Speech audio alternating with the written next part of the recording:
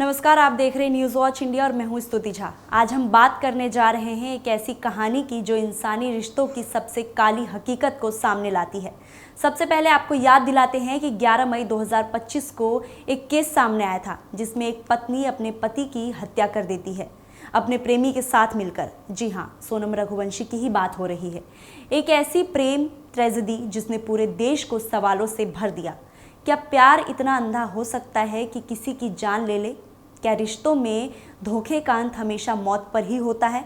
और अब राजस्थान में भी ऐसा ही कुछ हुआ है, लेकिन इस हत्या की हैंडलर राजस्थान में नहीं बल्कि नागपुर में बैठी हुई थी जिसने पूरी साजिश रची। तो चलिए आपको पूरा मामला समझाते हैं, लेकिन उसके लिए आपको वीडियो के अंत तक हमारे साथ बने रहना होगा। दरअसल 29 नवंबर को राजस्थान के नागौर जिले से एक ऐसी रोंगटे खड़े कर देने वाली कहानी सामने आई जिसमें एक पति, एक पत्नी, एक प्रेमी और एक साजिश जो नागपुर से रची गई, मगर उसका खूनी डिडवाना कूचमान की सड़क पर बहा।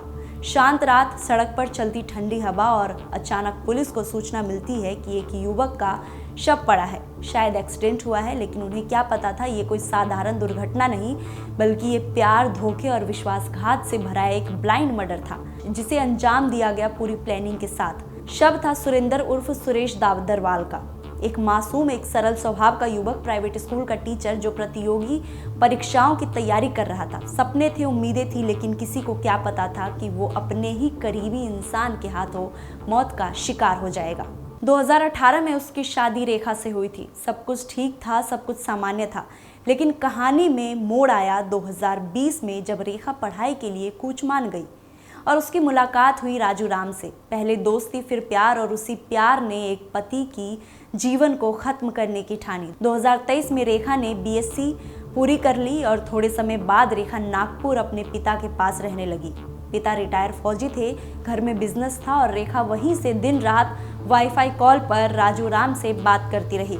धीरे धीरे सुरेंद्र उसके लिए बाधा बन गया और एक दिन रेखा ने ऐसा फैसला लिया जिसने एक घर को उजाड़ दिया। नागपुर में बैठकर उसने पति की हत्या का पूरा ब्लूप्रिंट तैयार किया। रेखा ने अपने प्रेमी राजू राम और उसके दोस्त जीवन राम को हत्या की प्लानिंग में शामिल किया। पूरा प्लान क्रूर था। सुरेंद्र को रास्ते में रोकना, चाकू से मार डालना, बाइक पर चोरी का नंबर प्लेट, मोबाइल ना ले जाना ताकि लोकेशन ट्रैक ना हो सके और सबको लगे कि ये सड़क हादसा है। रेखा ने सुरेंद्र की हर गतिविधि की जानकारी नागपुर से बैठकर भेजी। कहाँ जाएगा, कब निकलेगा और किस रास्ते से जाएगा, सब कुछ। दिल दहला देने वाली वो रात, दोनों आरोपी बाइक पर निकले। सुरेंद्र की रेकी की गई और जैसे ही मौका मिला दोनों ने रास्ता भटकने का नाटक किया। सुरेंद्र के पास आया, हेलमेट उतारा और उसी पल ताबड़तोड़ चाकुओं से हमला कर दिया। गले और पीठ पर वार इतनी बेरहमी से की गई कि सुरेंद्र ने वहीं दम तोड़ दिया। शरीर सड़क के किनारे फेंक दिया गया, बाइक गिरा दी गई ताकि ये एक्सीडेंट लगे, लेकिन गहरे जख्मों ने उसका झूठ उसी रात बेनकाब कर दिया। रात भर घर वालों ने सुरेंद्र को फ़ोन किया, फ़ोन बंद था। फिर पुलिस का फ़ोन आया, एक्सीडेंट हुआ है। अस्पताल पहुंचे तो सुरेंद्र का शव मिला और पीठ, गर्दन के घाव साफ बता रहा था कि एक्सीडेंट नहीं बल्कि हत्या है। वारदात के बाद रेखा ने ऐसा नाटक किया कि हर कोई उसकी मासूमियत पर यकीन कर ले। नागपुर से फ्लाइट पकड़कर जयपुर पहुंची और फिर किशनगढ़, और पहली बार ससुराल आई शोक जताने। रोई, चिल्लाई, आंसू बहाए, लेकिन उन आंसुओं में दर्द नहीं बल्कि डर छुपा था कि कहीं पुलिस के हाथ उसकी साजिश तक ना पहुंच जाए।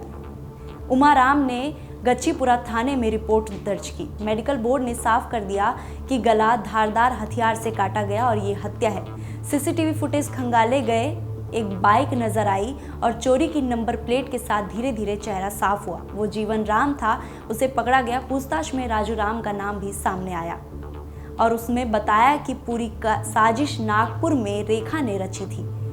कूचमान के डीमार्ट से नया चाकू खरीदा गया। हत्या उसकी पूरी प्लानिंग पर हुई। मोबाइल ना ले जाने की चाल भी बेकार साबित हुई। सीसीटीवी ने सब राज खोल दिए।